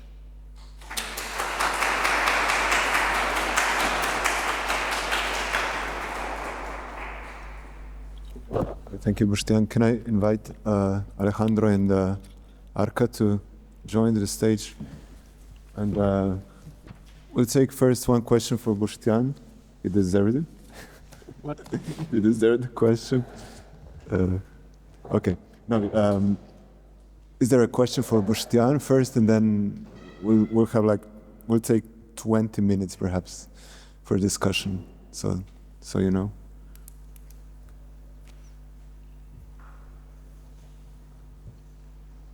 The microphone is over there.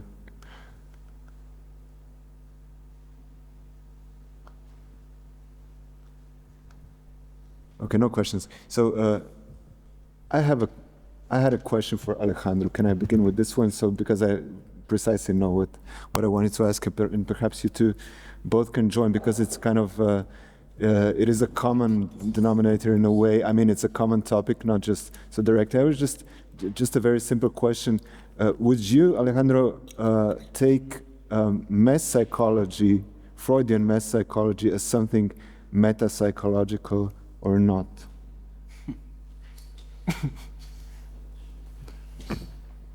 Quite an interesting question.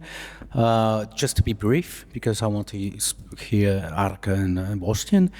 I always keep coming back to this reference of why was it important for Lacan to delve into the project of scientific psychology, and it wasn't because of some archival reference of something deeper than Freudian psychology, but I do think that text and the letters, they sort of reference a sort of a return of the repressed for Freudian theory.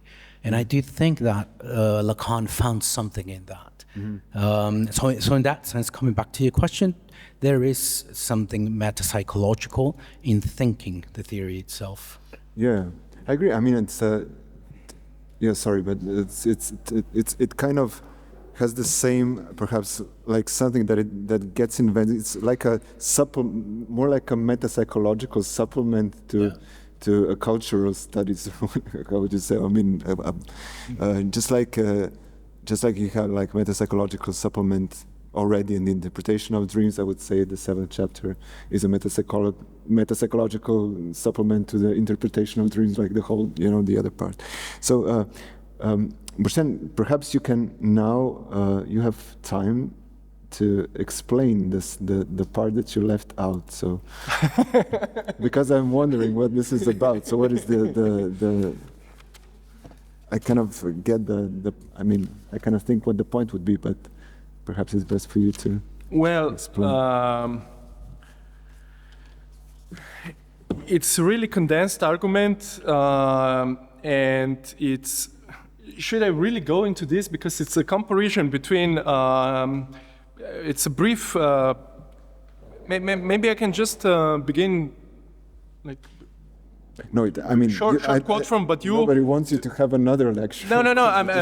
Don't worry. I'm the first one of not wanting this, but it's a basically confrontation of Lacan's association between mystic jouissance beyond follows the split within the other, which splits the other on the one hand to the father function, and on the other hand to mystic jouissance, which is God's face of the other, as Lacan puts it. With Badiou's claim that I have this quote here. It's just one sentence. It's from Badiou's recent book, True Life, where he says, woman is always herself the earthly proof that God doesn't exist, that God doesn't need to exist. And I always find this too simplistic access to atheism. It's a good confrontation that, on the one hand, well, yeah, we have a classical atheism without God, while Lacan's limit position of atheism would be, on the one hand, it's a double-sided, I would say. On the one hand, it is bare other, split other, which make Lorenzo calls it the not two. Lacan's expression is two God, so two plural, God singular. So not to God, not one either. So not polytheism, not monotheism, but something else. And that would be the exit where, because Lacan adds to this that woman's mystic jouissance, it's also the point where the God did not make his exit yet. The exit would be, in my reading, the position of the saint as the position of the excrement, which, well, to cut a long story short and to jargonize a bit, it's a position that keeps together in one surface the knowledge and truth. Thank you. There is a question for Frank on the back. There will be a microphone with you soon. Yeah. Is this? Yeah, okay. Hi, I have a question for Arka, because I was wondering, what do you make, so it's a two-part question. First question is, what do you make of the talk about eternity in Badiou? That seems to be absolutely crucial, right? Because history is the history of eternity. That's his point. So where does that sit in your reconstruction? Because that, I think, complicates the whole question of spatial logical quite a bit. And the second one is the last quote you had from Badiou, where he says Lacan doesn't have a theory of periodization, but a practice, I would add. He has a practice. That's the claim from 1982, Theory of the Subject. Lacan is the first thinker who periodized himself, right? So early, late Lacan. This is why he can say it is Marx and Lenin at once, right? And where he then claims, well, I will turn out to be Lacan's Mao, right? But that means it is a practice of periodization, which I think is absolutely crucial, because in the quote that you highlighted, so the bits you put bold, he says that one only periodizes if one periodizes, now comes the catch, twice. Because without periodizing twice, there is no theory. And I think that is Badiou's point vis-a-vis Lacan.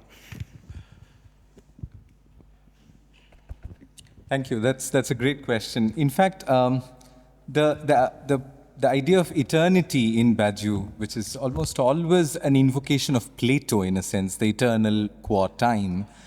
I mean, it goes back to, I suppose, the way Badiou wants to place the event in relation to history. that the event is not squarely placed within history. It remains to some extent transhistorical insofar as it's a cut.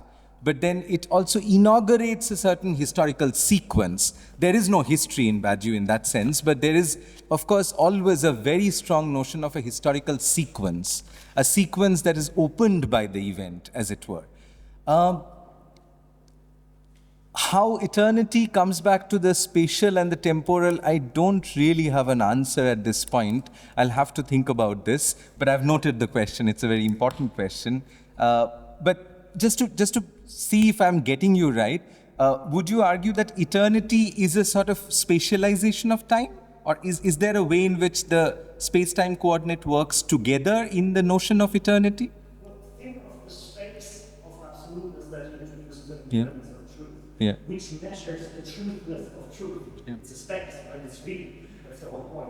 Which is not all this discussion. So in this sense, I think that would need to be laid by the important role of your argument. Yeah, absolutely. I think that it's something that I need to really think through. So thank you for that wonderful question. The second question about practice, again, I don't think I got the question. Would you mind re-articulating the question once more for me?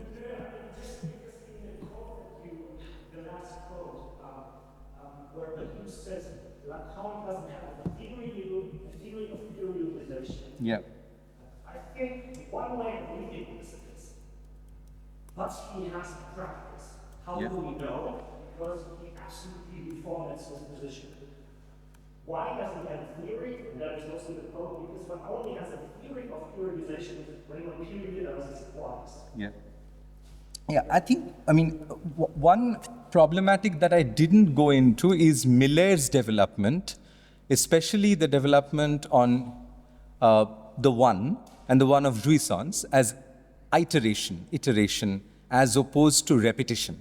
Repetition would be read more in relation to the symbolic by Miller, whereas iteration is in the real. It's the one of jouissance that is uncoupled from the chain, and that one of jouissance arrives each time to suggest it's the first time, but it's not the first time, right? So therein, I think, lies the sort of question of periodization, which would be very different in Badiou and Lacan.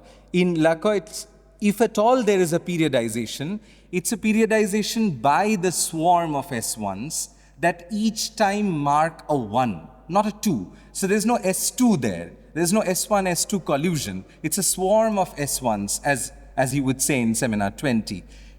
As opposed to this, of course, with Badiou, the count for the 1 needs to be counted. And there is a miscount there that produces the event, right? So that's where I suppose you're talking about the practice where the periodization has to be a second periodization, right? Is that, am I getting you right? Sorry, I'm a bit dumb in the head at this point, sorry. Okay, Frank, can we move to, we'll ask other people who, if somebody has to join the discussion on Badiou and okay, Lorenzo?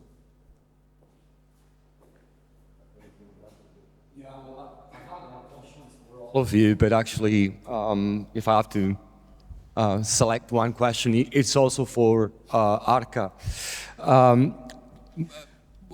My question is, what do you think? Do you think that psychoanalysis can be a truth procedure? Yes or no?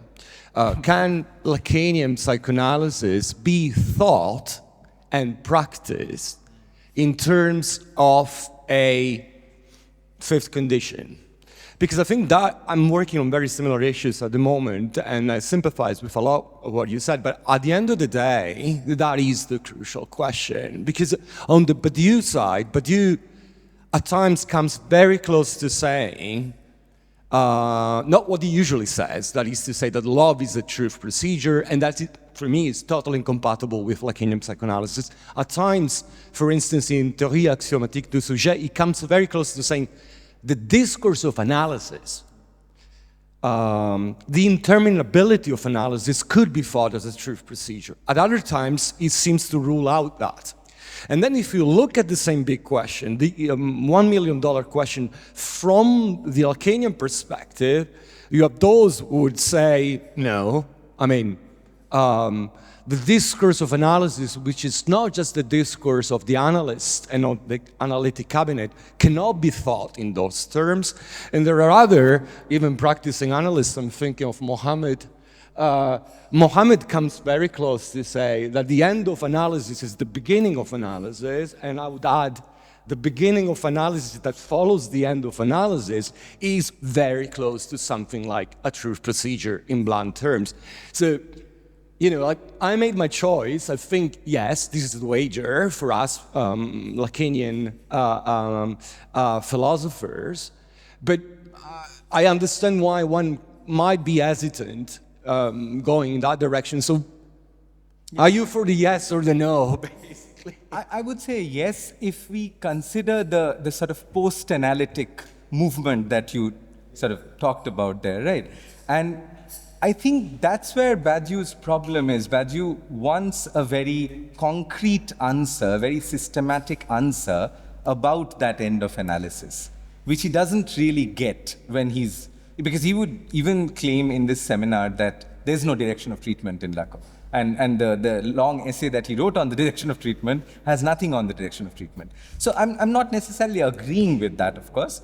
And a short answer would be yes. I do think if we consider what the reknotted subject might do after analysis, there might be an unknotting, but there's also a sort of reknotting of the subject at the end of analysis. And if it's a sort of extraneous object A, that becomes or jouissance or subjective singularity or a new S1, whatever we want to call it, if that becomes a point of reorganization for the subject, that's where it becomes a truth process. Absolutely, I would agree with that. Yeah, thank you. I think we're here with Emily and with you, Daniel, right? And Alenka. So we have 10 minutes. Who'd like? Well, can we give Alenka to ask and then maybe come back?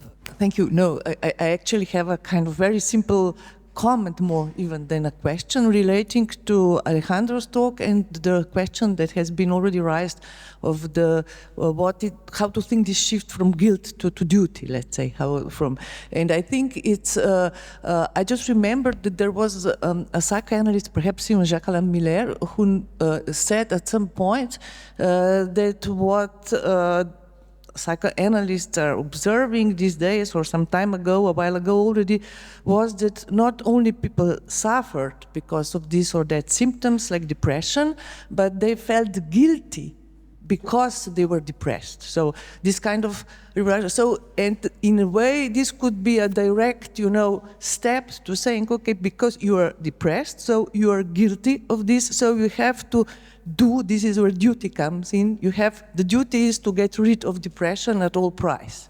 That there is this kind of internal loop there between guilt and debt, as it always has been, I guess, even though it was shifted. But I really think this kind of idea that not only you're depressed, okay, this is a kind of, it is not an indifferent fact in this society, particularly when to be depressed is a sign of something wrong with you, like the level of your being almost, or something like that. So this was just an idea that came to me when this discussion took place. I mean, just a quick comment. Thank you, Alenka. But the other day, there's this patient that comes in, and his demand was quite interesting, because the first thing he said, I always tell him, what brings you around here? And he tells me, well, the thing is that I don't have a symptom. So he starts questioning. He's like, I don't have a symptom. And I ask him, why do you have to have a symptom?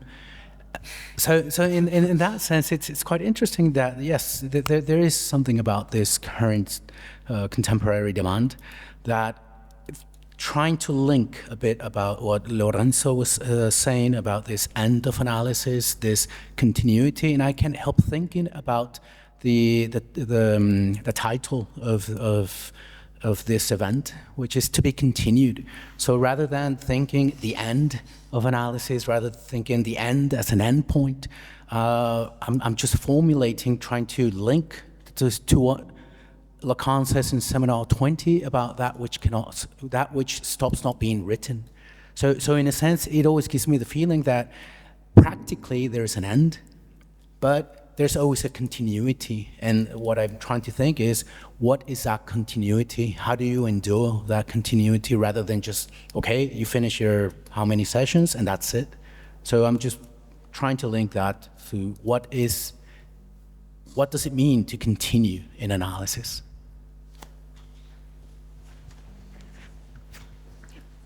Thank you. My question, sorry, is for Arka also.